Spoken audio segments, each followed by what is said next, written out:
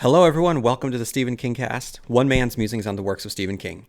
Each week, I will review one entry in the bibliography of Stephen King in the chronological order of publication. And today, I'm continuing my examination of the televised works of Stephen King that I never got around to on my first go around of the podcast, which brings us to Bag of Bones, specifically Mick Garris's 2011 adaptation of Stephen King's novel Bag of Bones. So thank you everyone for joining me on this journey. For the first time listeners out there, welcome to the Stephen King Cast. As I just said, this is one man's musings on the works of Stephen King.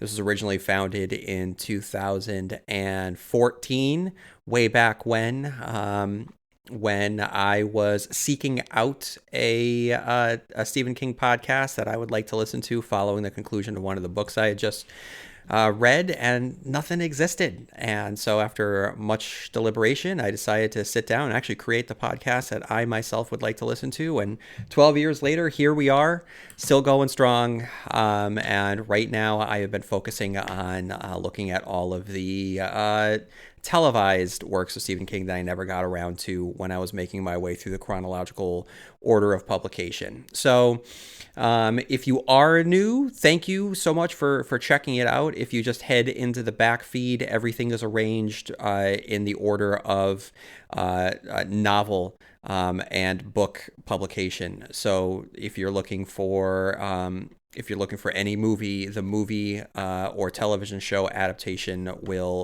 is placed following the reviews of the book publications. So that's the way that everything is structured. And if you haven't checked out stephenkingcast.com, the website for the Stephen King Cast, it houses every link that you need to all of the socials, and the Patreon. It's all right there, including collections of different groupings of podcast episodes right there based on theme or geography. So, for instance, there is a dairy collection there for you. So everything related to the town of Derry, from the 3-part review of it, the examination of the conclusion of it, the 1990 television ABC TV miniseries, the 2017 It Chapter 1 and It Chapter 2, and all other reviews of Welcome to Derry, as well as Insomnia and the conclusion to Insomnia. All of that is housed with a collection right there for you, which you can find on the website. There's also one for The Dark Tower. There's also one for short stories, and that's something that I'm going to be continuing. So if you want just chunks of episodes bundled together by theme or commonality, that's something that I am working on. Also on the website, you'll find links to playlists that you can that takes you over to Spotify playlists that I've been curating based on each of the books by Stephen King. So these are songs that are either directly referenced within Stephen King books or are prominent in the adaptation of whatever the movie is of that work. Some are just fun inclusions that are kind of tied to the content of the novel or the movie. And then at the end, it also includes the reviews themselves. So there's just a lot of fun stuff over on the podcast. I haven't been plugging it lately. I'm looking forward to diving back into it and tinkering around with the podcast in the next couple of months. So I mean, if you don't have that bookmark, have it bookmark, because it's a good resource to have, and it also has a link to the Patreon. And the Patreon page has been a lot of fun. There's a lot of different episodes that are coming out. So it doesn't stop you getting these episodes on the free feed on however you listen to the Stephen King Cast. That's not stopping. But if you like what you're listening to here, head on over to Patreon, because there's a lot more over there. So there's a tier that gives you all early access to these episodes, but anytime there is Stephen King news, there will be there will be episodes related to whatever that news is over there, as well as right now I've been reviewing Dean Koontz books over on the Patreon feed, which has been a blast to be able to dive back into the world of Dean Koontz, whose works I enjoyed concurrently with my initial fandom of Stephen King. So it's been really fun to dive into the novels of Dean Koontz, who I don't remember as distinctly as I remember the books of Stephen King. So it's kind of like I'm examining for the first time, even though I do have memories of reading them. But that's been fun. And if you like my analysis of the books over here on the Stephen King Cast, then head on over to Patreon to see what I'm saying about Dean Koontz. Similarly, any other non-Stephen King book review will head on over to that Patreon feed, whether it's new Joe Hill books or like I had done with Jonathan Mayberry and the Pine Deep trilogy. I'll be re-releasing those over on Patreon. But then also on Patreon, it's everything else in the zeitgeist, not related to Stephen King, that I've been working on as well. So there have been episodes that I've been reviewing Daredevil Born Again on Disney Plus. That has also included a deeper dive into Daredevil and the state of the Marvel Cinematic Universe and where we stand with the MCU as we approach Doomsday.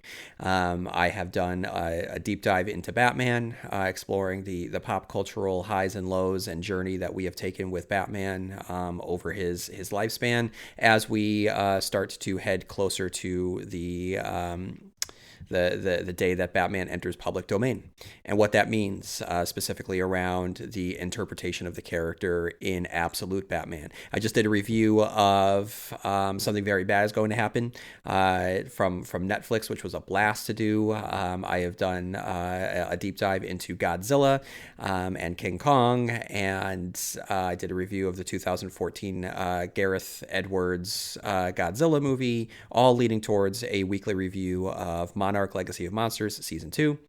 I just recorded an episode about the state of the Star Wars franchise and our broken relationship with Star Wars as a fandom at large, and that dropped on May the 4th, and that led to a review of Maul Shadowlord. All of this is preparing us for a review of The Mandalorian and Grogu. There is a review of Primate, the horror killer monkey movie that came out earlier this year. And anytime I get around to watching a horror movie, I'll be dropping my review there. So if you haven't checked out Patreon, there's a lot of good stuff. I've been having a blast over there, and I would encourage you to head on over and check it out.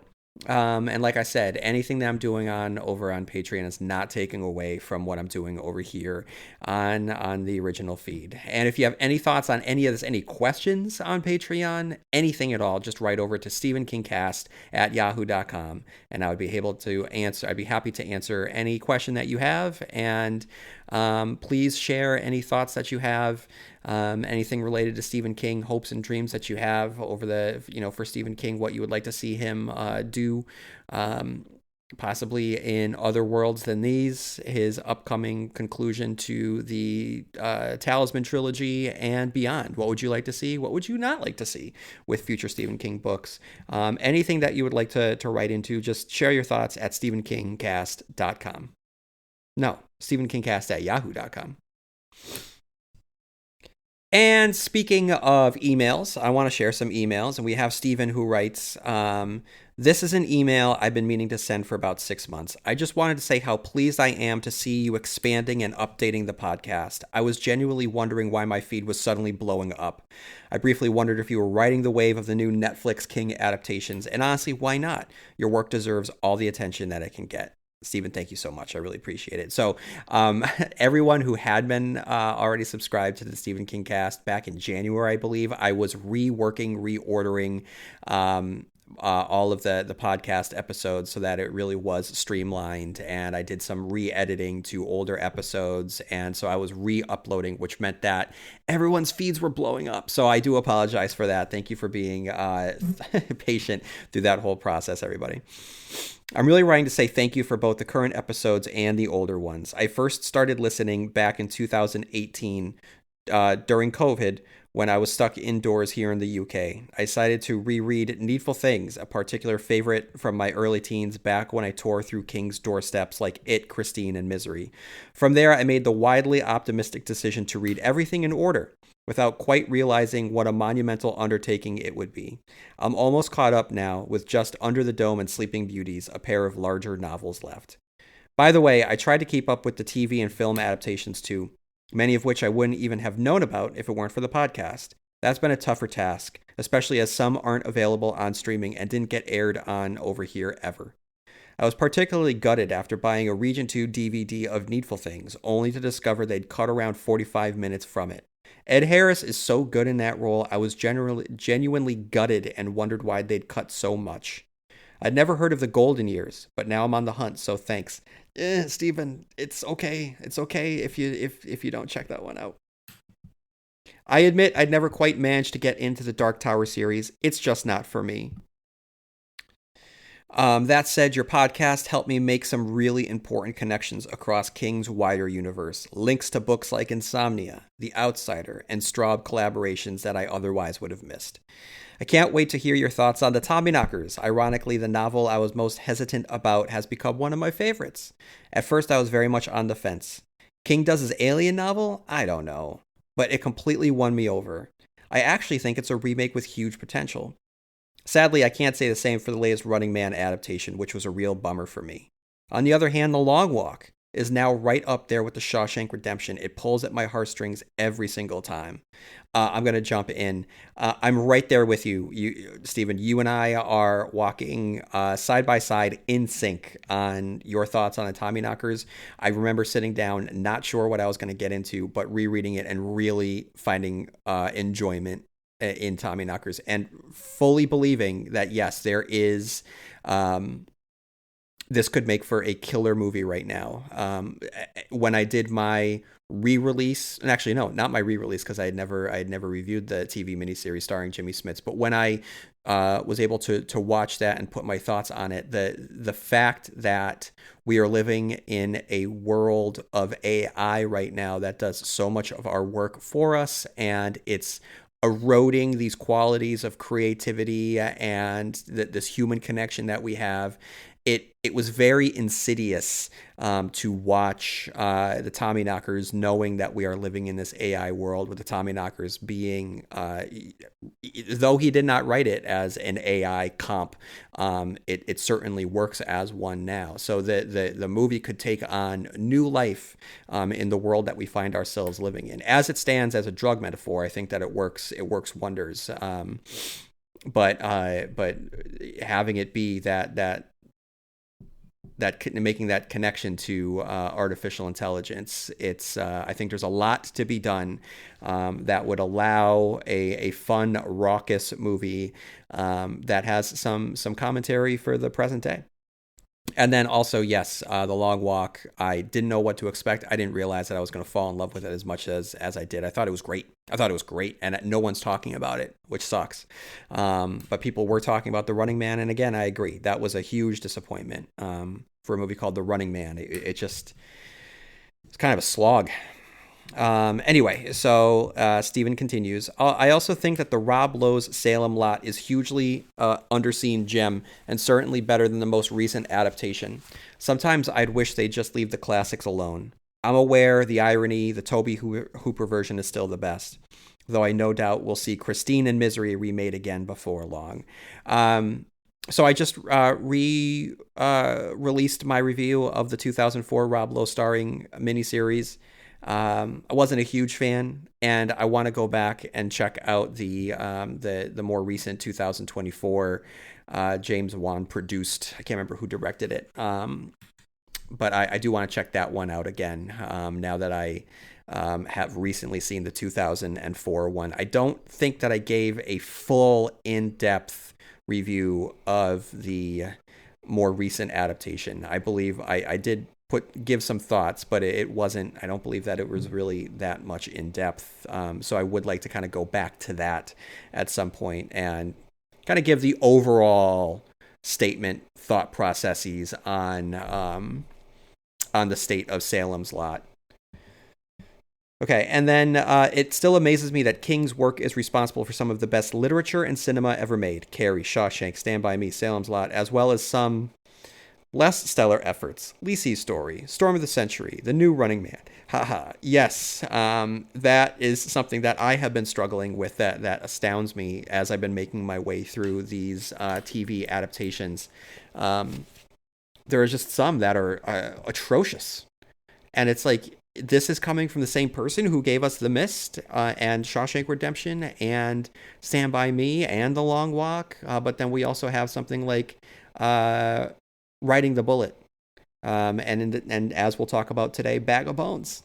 There are some movies that are just not good. And there are some that are some of the best that cinema has ever produced. And they all trace back to Stephen King. So that duality here really is astonishing.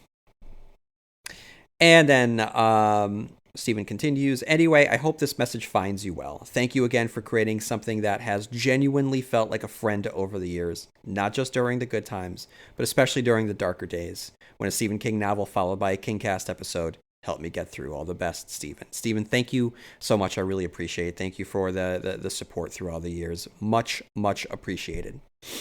And then we have Karen, who writes, hi there. I found your Stephen King cast a few weeks ago, and I love it. I found King through Corey Feldman. Yes, my crush in 1985 led me to read the book for each movie he was in.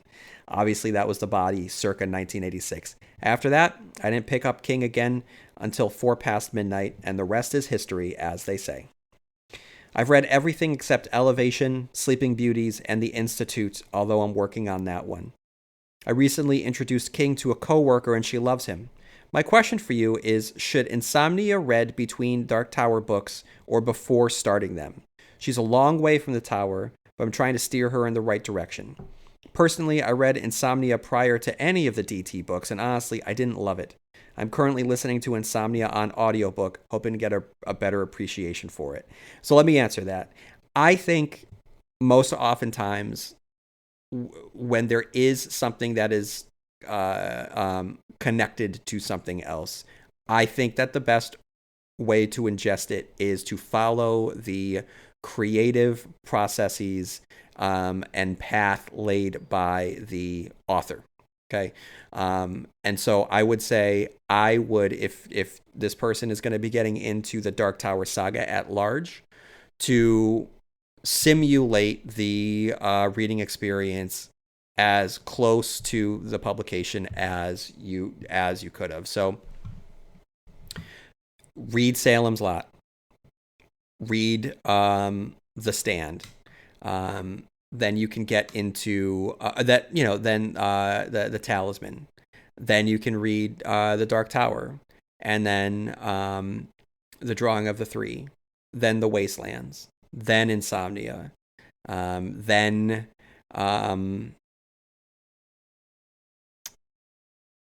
Wizard and Glass. Then after Wizard and Glass, Black House. And then what am I missing? I'm sure that I'm missing some. Then the collections in Everything's Eventual. So Little Sisters of Illyria and Everything's Eventual. And then it's off to the races with Wolves of the Kala, Song of Susanna, and The Dark Tower.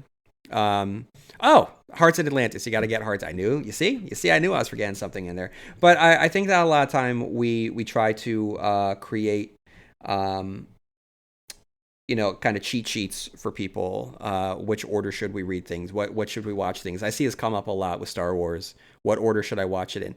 Watch it in the order that it was intended.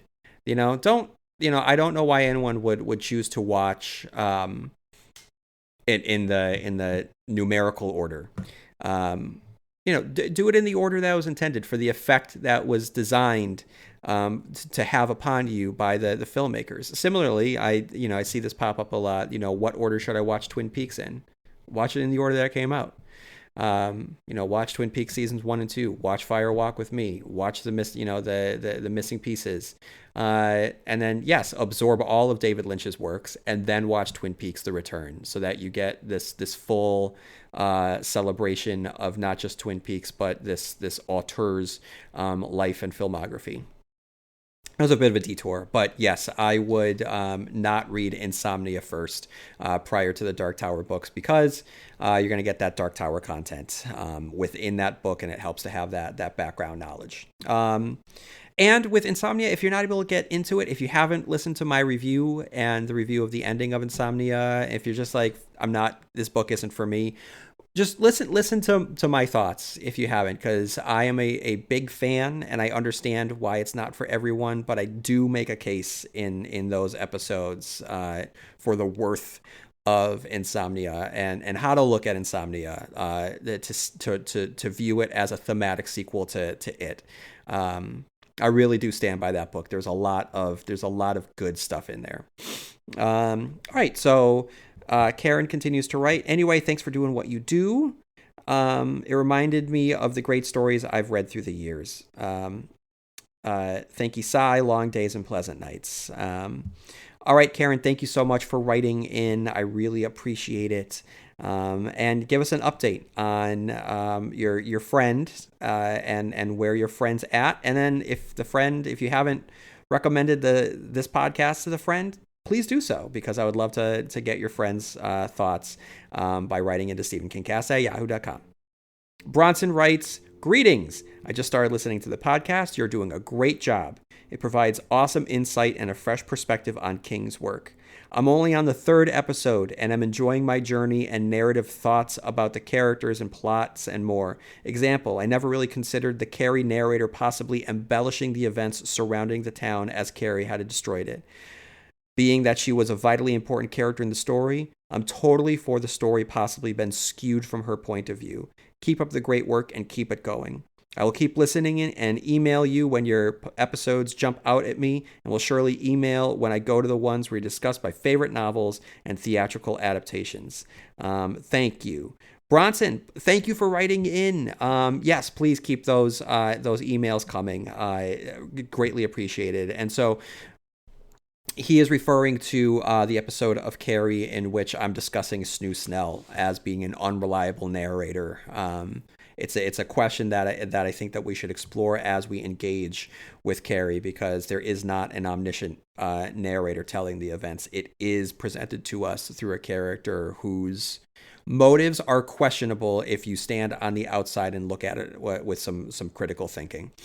So that was fun. And that was when I did that episode and started thinking about that. I said, this podcast thing that I'm doing here, we could really do something with this. And so thank you, Bronson, because I had never really seen that particular criticism, not a criticism, but question of Carrie ever come up before. So thank you for responding to that. All right, everyone. So I'm just going to put a pin in it now for listener emails. I realize that I have been really bad. I've been asking every episode to write into stephenkingcast@yahoo.com, but I haven't been reading any emails. So I'm keeping my inbox open. Send those emails coming. I love getting the feedback, and I love being able to read all of your thoughts and where you're at in your Stephen King journey and what you respond to when it comes to Stephen King. So stephenkingcast@yahoo.com. All right, now it's time for us to get into Bag of Bones, Mick Garris's Bag of Bones. Okay, so this is what we have with Bag of Bones. I'm going to read from Wikipedia. Mike Noonan is a best-selling novelist who lives happily with his wife, Joanna Jo Noonan.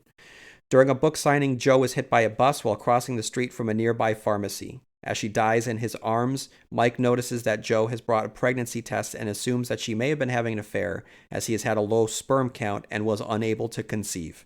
Overcome by grief, Mike develops a case of writer's block. He suffers a series of nightmares about his wife and their summer home on Dark Score Lake in Maine. On advice from his brother Sid, Mike takes a trip to the summer house. Once there, he meets a young widow named Maddie DeVore and her 6-year-old daughter Kyra. Befriending them, he earns the ire of Maddie's estranged father-in-law, Max DeVore. Max has been trying to get custody of Kyra since Maddie shot his son Lance. Lance was trying to drown the child. Despite the turmoil, Mike begins to write again, but visions and nightmares lead him to believe that he isn't alone. He finds that his wife's spirit is with him. He also detects the spirit of 1930s singer named Sarah Tidwell, who plays records of her music. Sarah also appears in dreams that Mike has of her on her last day alive in 1939. During his stay at the lake, Mike learns about dark score crazy, an apparent form of madness that has caused several men in town to murder their daughters by drowning them. Max and his assistant confront Mike while he is alone in the lake. Afterwards, Max gives Mike an offer that he will stop the custody battle for Kyra if Mike agrees to leave them alone and not press charges. Mike agrees to it, and after that, Max commits suicide. At the funeral, Mike meets Edgar White, an old friend of his grandfather. Edgar confessed to Mike that Edgar, Mike's grandfather, and 2 other men assisted Max with the rape and murder of Sarah Tidwell and the drowning of her daughter Keisha. With her dying breath, Sarah cursed the boys' descendants to drown their own daughters in retribution for drowning her. The boys buried Sarah with her daughter in the woods. Mike tells Maddie the story. Maddie concludes that since Jo was pregnant, she returned to Dark Score and spent time investigating the curse on Mike's bloodline, not cheating on him as he hypothesized. Maddie is suddenly shot and killed in a manner that Mike saw in a dream, but before she dies, she begs him to take care of Kyra. Mike is chased back to his home by Maddie's killers, who turn out to be descendants of Sarah's attackers obsessed with fulfilling the curse, but he escapes when they are caught by surprise and killed by a falling sign during a storm. Mike tries to console Kyra and puts her to bed. Max's spirit angrily compels Mike to drown Kyra in fulfillment of the curse, but Maddie's spirit struggles to thwart him. Mike takes refuge in his office, where he finds clues left by Jo in the story he'd been writing, directing him to douse Sarah and Keisha's remains with lye to end the curse. A tree that had been transformed into the figure of a woman marks the burial site. Mike returns to this tree to recover the remains, but the tree is haunted by Sarah's spirit, which attempts to deter him. Jo appears and distracts Sarah, allowing Mike time to use the lye to dissolve the bones. Sarah's spirit is appeased and the tree returns to normal. Mike says a final goodbye to Jo. He returns home to find Kyra in the bathtub and is attacked by Max's assistant, who tries to kill them both. Mike kills her, and Maddie's spirit appears before them. Maddie tells Kyra that she's safe and that Mike will care for her. The next morning, Mike announces that he intends to adopt Kyra as his own daughter. All right, so let's get into it. So as the movie begins, we begin with a drowning. We see establishing shots of Dark Score Lake. It's beautiful looking. It's haunting, and the cast list rolls out. We see Pierce Brosnan, Annabeth Gish, Matt Frewer, Melissa George, Jason Priestley, which I did not expect to see. We're treated to more images of the water, flashbacks to earlier decades. We see Sarah laughs, the lake house. There's a sense of danger, though you don't know why. Where is the danger coming from? Is there someone in the house? Something in the house? With the credits having concluded, the camera continues to sweep and swoop over the lake, through the trees, before there's one final image of a drowning, which we learn is a dream, a nightmare from Annabeth Gish's Jo, who had previously starred in Mick Garris' Desperation, as she wakes up to help celebrate the conclusion of the writing of Mike Noonan, her husband's latest book. They have the tradition that she types the conclusion as he narrates it to her. It's a nice little scene to show their love, necessary, though it is a bit of a overindulgent fantasy, having this action be the catalyst for a hot and heavy scene between the two, as if his writing is such a turn-on for her. I like the intimacy of this shared moment between the two. And yes, it is necessary to show their physical connection. I mean, it is Pierce Brosnan after all, but it rings a little self-indulgent. It's not enough that we're telling another story about a writer, but this writer's wife gets turned on when he finishes a book. It's also extra funny that he's dressed in the typical King fashion of a chambray-shirt and khaki pants. I also wish that they didn't make the subtext text here when she asks him why he always has her finish the books. Some things don't need to be said. You know, we have the action already. It helps shape our relationship with these characters. It makes it feel lived in.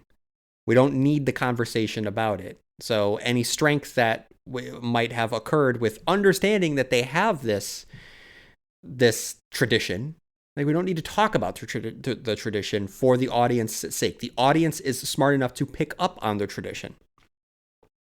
4 months later, Jo accompanies Mike at a book signing, and she steps away for a pregnancy test. On her way back to the bookstore, she's unceremoniously struck by a bus. It's a brutal scene. It really is. Presented to us without flash style. It's actually a quiet scene when it happens. It is quite effective, and a far cry from the boy getting hit by the bike scene in desperation. If you haven't seen that scene, there's a terrible flashback where David's friend, in desperation, they're riding their bikes and this boy is hit by a car. And you just see this dummy go flying through the air and hit a wall. It's really bad. And so this is really well done. In contrast, the brutality of such a violent and world-shattering act is just on display. No adornments. There's nothing flashy about it. It's just the act itself, with all of its brutality just there. Nothing else is needed. And the aftermath is hard to watch, where he cradles the dying Jo in his arms. And in the wreckage on the ground, he spots the pregnancy test. The image of her lying in the ground, bloodied, broken, it's striking and haunting. Garris so far has done a really good job at immersing us in the physical and emotional devastation of their loss. At the funeral, Mike's agent, Jason Priestley, from Beverly Hills 90210, he's Mike's agent. He fills him in on the success of the latest novel, and shortly after, Mike and his brother, played by Matt Frewer, drown their sorrows at the bar. They discuss Jo's pregnancy and what that means, considering that Mike hadn't been able to have kids. They discuss baby names, and the girl would be Kyra. And I kind of I struggled with a second, because in the book, if I remember correctly, this conversation is between Mike and his brother-in-law. But then I realized that it was actually in the show here that it's Mike's brother, that they're playing brothers. And I don't understand why one has an English accent and one does not, if they're brothers. That's something that I struggled with. Why not, if in this scene, if they're going to be brothers, have Matt Frewer adopt an English accent, or have him either be a friend or a brother-in-law. But to have him be the biological brother, it did not make much sense to me. Anyway, they discuss the house out at Dark Score Lake. Mike wrestles with the possibility of Jo having had an affair, which he sees as the only reason she could have been pregnant. That night, he hears a scratching under his bed, only to find a bloodied Jo being dragged into darkness, and he awakens and has a deep grief cry. 2 weeks later, we see that the house is a mess, and he's in the grips of a deep depression, and he's listening to the sound of her voicemail on repeat. He gets a voicemail from Jason Priestley, who pressures him to pump out a new novel in a short window of time to meet the publisher's deadline. Meanwhile, Mike keeps getting dream visions of the woods around Dark Score Lake, and with each dream, it gets more involved, this time with a dream of a young girl in fear as the windows blow out. He awakens to a call from the caretaker, who explains that in real life, the windows have been blown out. From beyond the grave, Jo tries to warm him, but he steps out of the room, and he has missed a call from the afterlife. We get a montage of Mike driving to Maine, and it's a nice little road trip sequence. It's short, but we see the cities and the fields and the bridges and the farmland as he passes by until he arrives in the town, which looks quaint and idealistic. He arrives at Sarah Laughs. I don't know if it's called Sarah Laughs in the movie. I don't recall it being referred to at all, but so I apologize. I'm just utilizing book terminology. And he's greeted by Bill Dean, the caretaker, who expresses his condolences. Mike settles in and explores the place, feeling Jo around him. He's haunted here, but not by a literal ghost, the ghost of heartbreak and loss, as he stands in Jo's studio and feels her presence all around him as he's surrounded by her paintings. From in there, we get a sequence as Mike struggles with writer's block. Inside the house, a bell rings. And then we got a running sequence where he's out for a jog. The music choice here, it just do you buy Pierce Brosnan listening to this as he's running? But anyway, he comes across a tree in the shape of a woman, and there's a second there. I think he wants to bang the tree. Made me really uncomfortable. We'll get back to that tree in a little bit. When he gets home, the magnetic alphabet tiles on the fridge start moving. Hello, Mike, they say, using the old once for yes, twice for no communication method. Joe rings the bell to signal it's her. As he heads into town, he spots a young girl, Kyra, the same girl from his dreams, and he meets Maddie, her mother, played by Melissa George. Maddie explains that she's a fan of his books. At the diner, he's warned to stay away from Maddie DeVore by the locals. As he eats his burger, he gets an exposition dump about Maddie, Max DeVore, and his son Lance, who was killed by Maddie after Lance attempted to drown Kyra in the lake. Since then, locals tell him Max has made it his mission to take the grandchild from Maddie. I'm going to talk about the use of exposition dumps at the end of this, but this is the first that we get. Shortly after, in the basement, he hears the record of Sarah Tidwell playing. As he investigates, his mind walks through a flashback to 1939 as Sarah plays at a local fair. He awakens to a knock at his door. It's the local sheriff deputy who's delivering a subpoena for a disposition on the behalf of Max DeVore in another attempt to steal Kyra from her mother. Joe then makes her presence known, ringing the bell, opening the windows, cabinets, imploring him to help Kyra. Or is it Joe? Is it Sarah Tidwell? That night, he follows the ghostly sound of a lullaby to find the ghost of Sarah Tidwell emerge from the waters of Darkscore Lake. He then proceeds to have an erotic dream featuring his wife, Sarah, and Maddie. None of the sequences turn out well for him. We then have the disposition, with Mike refusing to play ball. Afterwards, Mike and Maddie have a conversation where he talks about feeling like a bag of bones. Shortly after, feeling a spark, he begins to write again. The first episode concludes with a ghost girl emerging from a bathtub to choke out Mike. Part 2. Mike gets another exposition dump about the history of Darkscore Lake and the drowning murders that have haunted the town throughout the years. He investigates an attic, he's attacked by a raccoon, and he falls down. He finds missing library books that had been checked out by Joe, books on the history of Darkscore Lake. And the sequence here reveals a massive fault within these two episodes. Wouldn't it have been more narratively interesting if this is how Mike finds out about a curse on Darkscore Lake? If he's going through the things left behind by his wife as he is haunted metaphorically by his grief, and as he investigates the mystery of the secrets of Joe, discovers these books. He looks for these books. He finds these books. As he finds these books, it's a larger mystery that she had been investigating on Darkscore Lake about the history of this place, which raises questions. Why was she investigating this? What was the investigation that she was on, and how is he going to pick up where she left off? Instead, he's learning about the things that we've already learned, that he has already learned 10 minutes ago from one of the neighbors who just exposition dumped all over him. Picking up the pieces of his dead wife's investigation, putting the clues together to solve a mystery across a century is far more interesting. Instead, he's investigating pieces that he already knows how they fit into the larger puzzle shape. By already having given us this information, it renders this plotline completely inert, and it doesn't give us a reason to watch. We're spinning our wheels through these 2-part, 90 minutes a piece, that it just feels like we're wasting our time. Mike is wasting his time. He has this information. It's just been given to us on a silver platter.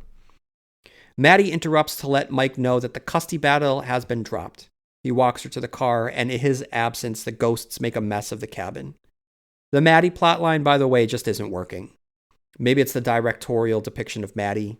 Maybe it's the lack of chemistry between these two, but there's nothing here, and it feels like a completely different and tacked-on element to the story.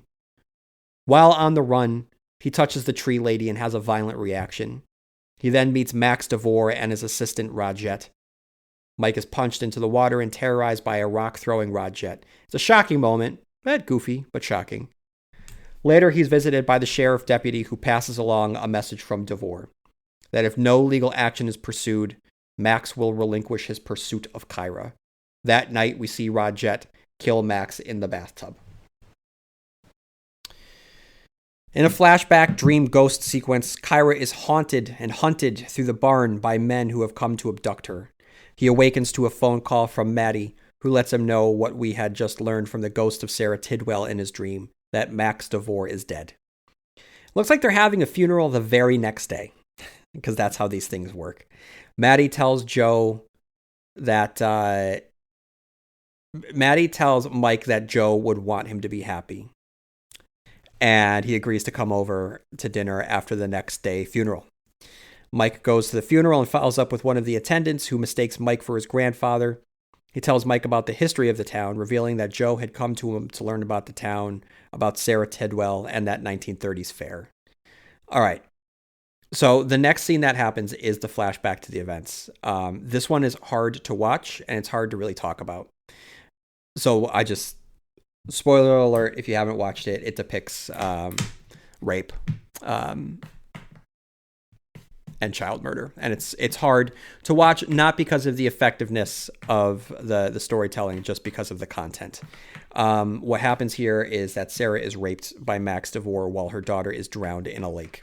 The material it's heavy, it's painful. And if you're going to show it, I feel as though you need to have a dexterity and control of the content to be able to show the horror of this moment. And unfortunately, I don't think that Mick Garris has the chops to pull this off. I don't even know how to describe this. It feels garish and cheap. This, I apologize for always talking about Twin Peaks, but when David Lynch depicts moments of violence, he places us. I mean, when we think about what happened to Laura Palmer, it sticks with her. And it is hard to watch, but it's necessary, because if we are going to explore this concept, then we need to feel the pain of what the character is going through. And the actress who's playing Sarah does a good job with what she's asked to do. And the idea here of a woman being raped while watching her daughter be drowned. I mean, think about that for a second. How horrific that is. The scene is presented very flatly. There's no tension to it. It doesn't build up to anything. It just happens. In fact, if anything, the primary person in that scene, it's not Sarah as much as it is Max. Clearly, because this is being told by the survivor of Max's gang who had been there. But still, if you're going to depict this scene, then you have to be able to justify the worth of depicting it, and have it be something that is that says something, that means something, and it's shot so matter-of-factly and flatly. I mean, and the image of the guy drowning the daughter in the lake, it's kind of goofy, and that's not the adjective that you should be using when a scene like this is taking place. It's poorly done, and when you have a scene with this subject matter that's poorly done, it fails to justify its existence for being there. So I mean, and if you can't pull it off, and you're going to depict sexual violence and child murder like this, then if it's not going to contribute to the horror or the sympathy of the character, if you can't pull it off, then are we better off just having Mike learn about it and having us fill in the horrors in our mind? I would argue that that's the better route to take. because it's among the worst thing that can happen to a human, and to a woman. And like I said, if you're not going to be able to put us there, which I think that Mick Garris is unable to do, then don't include it at all. All right. As promised, Mike visits Maddie and Kyra.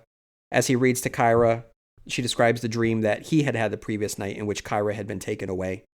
Later, Mike and Maddie discuss what Mike had learned, and Maddie realizes that Joe never told Mike about the baby because she knew about the curse from Sarah Tidwell. As they start to explore their feelings, a shot rings out and Maddie's brains are blown out. It's gruesome. It's sad. And now, for the second time, Mike cradles a dying woman in his arms. Mike rushes out to confront the shooter, the deputy. He beats him with a meat tenderizer and drives Kyra away from the murder scene. Villainous locals chase after him as Mike takes her back to the cabin. There's a car chase, and the locals explode in a car crash fireball. As Sarah laughs, Mike realizes that Joe has been able to communicate to him through his writing about Sarah without Sarah knowing about it, and the lie still bag of bones is actually a command to spread lie over Sarah's bag of bones. He digs up the bones of Sarah and her daughter, and then he's attacked by the tree lady. You have to see this on your own. Just YouTube bag of bones, tree, and then it'll come up. It is, I mentioned the word goofy before. My God, it is. You have the CGI face of Sarah on the tree, and the branches coming down with like karate chop sound effects. It really is something to behold. And he pours lye over the bones, which dissolves them at super speed. Mike says goodbye to his ghost wife. He returns to the house and he's attacked by Rogette, who kills with a pair of scissors. The tone of this movie, by the way, is whiplashing all over the place. And then, Jesus Christ, we get Ghostwater Melissa George showing up to say goodbye to Kyra. And we're finally put out of the miseries, and the horrors of this movie are laid to rest as Mike and Kyra row out onto the lake. Here are some thoughts. The show has just been one movie. It does not have enough to sustain tension, momentum, or audience interest across 2 episodes. Like I said, we have Mike investigating information that has been explicitly told to him. There are so many scenes that are repetitive. We see multiple dream sequences. We have multiple montages. We have it's multiple scenes with him writing, and it's that is a pet peeve of mine. Writers writing on screen. It is not, and I've never seen it outside of The Shining. I have never seen it done cinematically interestingly. It is always boring to watch. It's a boring act to begin with. No one likes sitting down and writing, even writers. So we are always forced to endure these scenes of how important it is to write. And oh my God, he can't write. He has writer's block. This is the big conflict of the story. How is he going to get past his writer's block to be the writer that his dead wife knew he could be, and what his dead wife loved him to be? This importance on writing, and I feel awful because here I am recording a podcast episode based on the books of a writer, and it is important stuff, but it is always so insufferable to watch the act take place and play out on screen. It is cinematically so uninteresting. Now the novel, the strength of the novel is the language. It is the slow burn, heartbreak, gothic horror of grief, literalized through a ghost story. It's a slow burn psychological heartbreak. The strengths are not in the Max DeVore, or the strength is not in any jump scare or the ghosts themselves. The strength is the broken remnants of a man whose life has been devastated upon the loss of the love of his life, and him trying to pick up the pieces and finding connection and finding relationship and just putting the bones to rest, the bones being the grief, so that he can move on. That's the strength. The strength isn't the plot. The strength is the writing, and the strength is the tone. So when you adhere only to the plot, it can't hold up. And having Pierce Brosnan play this part, I mean, it's a good part for him to play, and it's a great actor to have play this part. I mean, yeah, he kind of, in my mind, he looks like Mike Noonan. So I think that that's great, and he has the acting chops to be able to pull off the grief, to pull off this this interior mourning. But unfortunately, the script, the direction, the execution of this interpretation of the text does not allow for him to be able to mine the character for the emotional depths that I would like to see someone with the acting caliber of Pierce Brosnan be able to do. And we're treated to him shouting in the rain how sorry he is to Sarah Tidwell, to having jump scare reactions and fighting trees. And unfortunately, that's what we get. And that's what, unfortunately for Pierce Brosnan, that's what he gets to do. Maddie and Kyra are barely characters here. Melissa George is just she's not quite a manic pixie dream girl, but she's not a character. She is a super thin, paper thin, quasi love interest here with a daughter who functions as a plot device. And Maddie is just that plot device, come to life. I'm sorry. Kyra is just that plot device come to life. It's, there's nothing there. And the Max DeVore of it all, there was an opportunity to expand this plot line and thread from the book. And the movie, it feels out of place. I know that it ties into the overall ghost story, and the curse. But to me, the story is the grieving, and him coming. I don't know. I don't think that I'm articulating this very well, but it doesn't come to fruition or make emotional sense to make it feel worthy of watching. So unfortunately, this the Bag of Bones adaptation, and I try to go into it with an open mind, because as I have stated before in the past, I feel terrible that I was as judgmental and snarky about the Stand TV miniseries, which I have great memories of, and I think that it holds up, and especially in contrast to the CBS All Access Josh Boone show-run adaptation of The Stand. Mick Garris's Stand is far superior, and a novel that manages to capture Stephen King's voice in a audiovisual way that a lot of people fail to do. So I will always apologize for that. And I try to go into Mick Garris adaptations with an open mind since then. But unfortunately, the end result when I watch these things is that I walk away feeling as though these are lesser quality adaptations. And I think that the subject matter does allow for exploration. Now, when I would watch something like The Shining, when I would watch the Stephen King's The Shining on, I have to remind myself, all right, now I'm stepping back in time during a different time period of television expectations. So when I'm watching something in 1997, I need to step back and remember that I'm not looking at television becoming this place of